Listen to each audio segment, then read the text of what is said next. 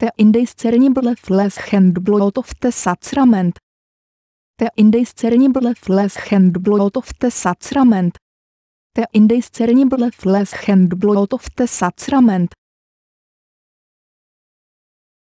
Is this man a kind of Midas, turning whatever he touches into the gold of pure art, and the whole world consisting of latent artworks waiting, like the bread and wine of reality, to be transfigured, through some dark mystery, into the indiscernible flesh and blood of the sacrament? Thus wrote Arthur Danto in 1964, after mistaking Andy Warhol's wooden sculptures of Brillo boxes for boxes of Brillis. Constitutionally bound to the grid of subject-object apartheid, Danto's medievalism perpetuated the Great Rupture narrative that posited a return to atomic materialism after 1,000 years of spiritual befuddlement. In evoking the miracle of transfiguration, Danto suggested a reverse teleology whereby the art object evolved back into a devotional object regarded as a mere liturgical prop. Brillo materiality merely pointed to something beyond itself, a transcendental elsewhere. Yet, according to recent discoveries, medieval entities did not simply represent the divine, but rather constituted a fusing of body, material, and sign in which likeness and presence merged. Danto's Neo-Dada relic, then, was not so much a transfiguration, as a transubstantiation, or translation, from one material form, into another. The strength of a local cult relied upon the healthy agency of its relics, which had to be demonstrated through constant performance of miracles such as revelations, cures and manifestations. To operate at full agentic capacity, the material apparatuses that maintain the relic's animate status must remain intact. Thus, during the ceremonial transfer of relics from one location to another, a procedure aptly named translation, the rituals of authentication associated with the relic's elevation had to be constantly repeated.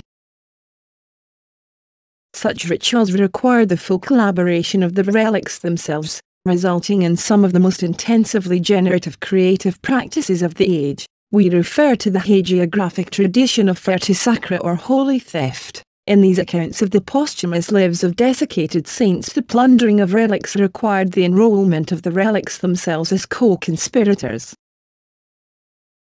Paul Thek's technological reliquaries enjoyed the veneration of a New York art scene in the thrall of minimalism and pop, yet it would seem that Thek intuited that his relic work's effective power was somewhat stifled by their isolation from the communities of everyday ritual.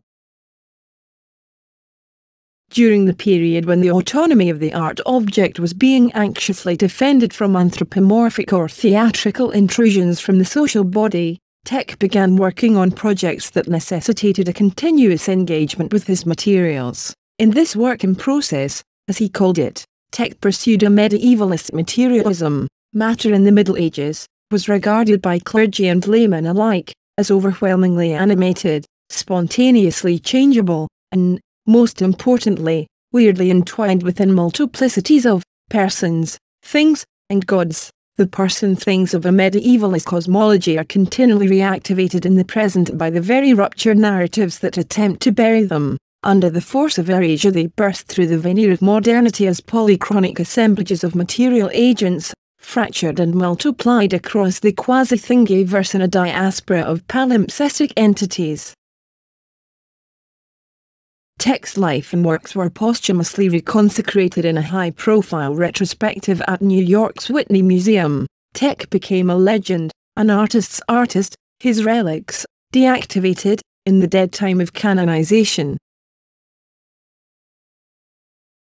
In July 2011, accompanied by 2 free-and-ears and a professional conjurer, Thek's former student, Alexander Petrovsky, strolled into the Whitney and replaced Thek's 1968 work procession in honor of aesthetic progress. Objects to theoretically wear, carry, pull, or wave, with 2 bentwood bistro chairs and a palette coffee table that, he claimed, had once featured in the set of Will and Grace.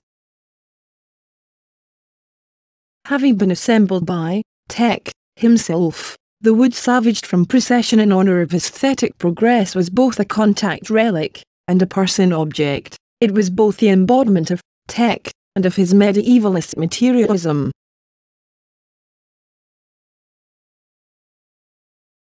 The wooden tech relics were cut and planed into small strips using a shop-bought CNC router, creating thousands of tiny Thekarites. Petrovsky's first port of call was Chelsea, where he introduced a tiny Thekarite to the High Line Hotel for inclusion in the central rows of their collegiate Gothic gable ceiling. In return for this benevolent act of Fretta Sacra, Petrovsky was given permanent access to a hotel bedroom, loan of a cruiser bike, and unlimited cups of Chicagoan intelligentsia coffee freshly brewed in the 1963 Citroen truck parked up outside. Meanwhile, exciting new technologies of transubstantiation threatened the hyper-economy of contemporary art by offering low-cost sacristies of global enchantment. These touring assemblages of animate non-human subjects evoked both retro-futuristic apocalyptic thrills and spiritual fantasies of magical objects coming to life, a ceremonial clusterfuck of all singing, all dancing person, things arranging themselves on stage for the aesthetic and intellectual enjoyment of intoxicated Homo sapiens. But, rather than a celebration of these exotic neo-animist wonders, Petrovsky witnessed widespread libertarian fear of an increasingly closed network of semantic objects circulating in a profiling Internet of Things. America was deeply immersed in a reconsecration of the artisan, predicated on the invention of an animist past that would align the USA with the national sovereignty models of temporality that were becoming increasingly popular in the balkanized European Union. American futurity involved inventing the American pre-modern. As person objects, Petrovsky reasoned, the Thekarites were Dark Age matter, pre-modern, untimely, and off-grid, invisible, unauthored, anachronistic and pathologically quasi-human. The Thekarites might yet escape the notice of both the museum and the Internet of Things because they could not be defined under the modern constitution as art. As relics they could be translated, but seemingly evaded conventional forms of financialization and commoditization. Thekarite relics could be befriended, or kidnapped but not sold. To sell them would be to enslave Thek himself, something to which he and his followers would never agree. Translation: the rituals of authentication associated with relics, elevation, had to be constantly repeated by followers, presented as quasi-persons, offering up no strings, erotic attachments, rather than alienating commodity fetishes. Thekarites would be eagerly venerated by acolytes of the American vernacular. And so, Petrovsky began his great drift as a journeyman, an epic translation quest. This was a Techian procession of the finest American boutique hotels, farm-to-table restaurants, vernacular coffee bars and organic food carts. During an interview at the Timberline Lodge on Mount Hood, Petrovsky noted that the term attachment, like association, draws our attention to the other beings necessary for existence, and therefore enables us to get away from the idea of emancipation and autonomy by taking attachments in the positive sense and by qualifying emancipation as a sliding from one attachment to another. Elevating his Techian person objects enabled Petrovsky to drift between attachments, accepting the hospitality of the thriving experience economy of reclaimed wood-based entrepreneurialism, in return for the conscious uncoupling from his plundered gifts incarnate.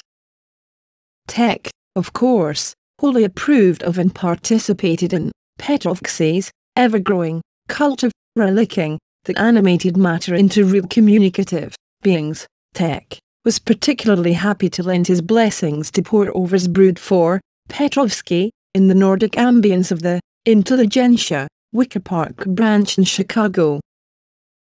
as Tek wrote in the dregs of Petrovsky's Intelligentsia Macchiato. One of the main functions of art is the animation, nation. Petrovsky nodded sagely, tears welling in his eyes. Tek whispered, As consecrated person objects, you are now legion.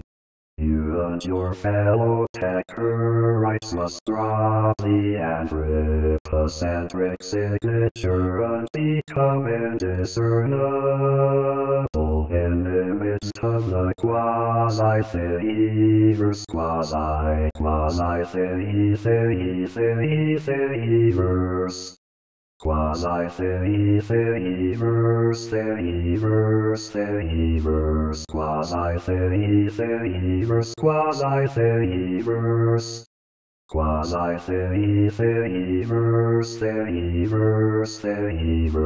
quasi-theivers, quasi-theivers, quasi-theivers. Quasi-theivers,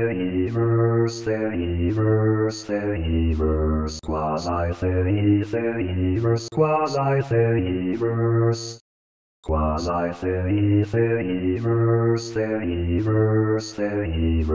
quasi-theivers, quasi-theivers, quasi-theivers. Quasi-theivers, quasi-theivers, quasi-theivers, quasi-theivers, quasi-theivers, quasi-theivers.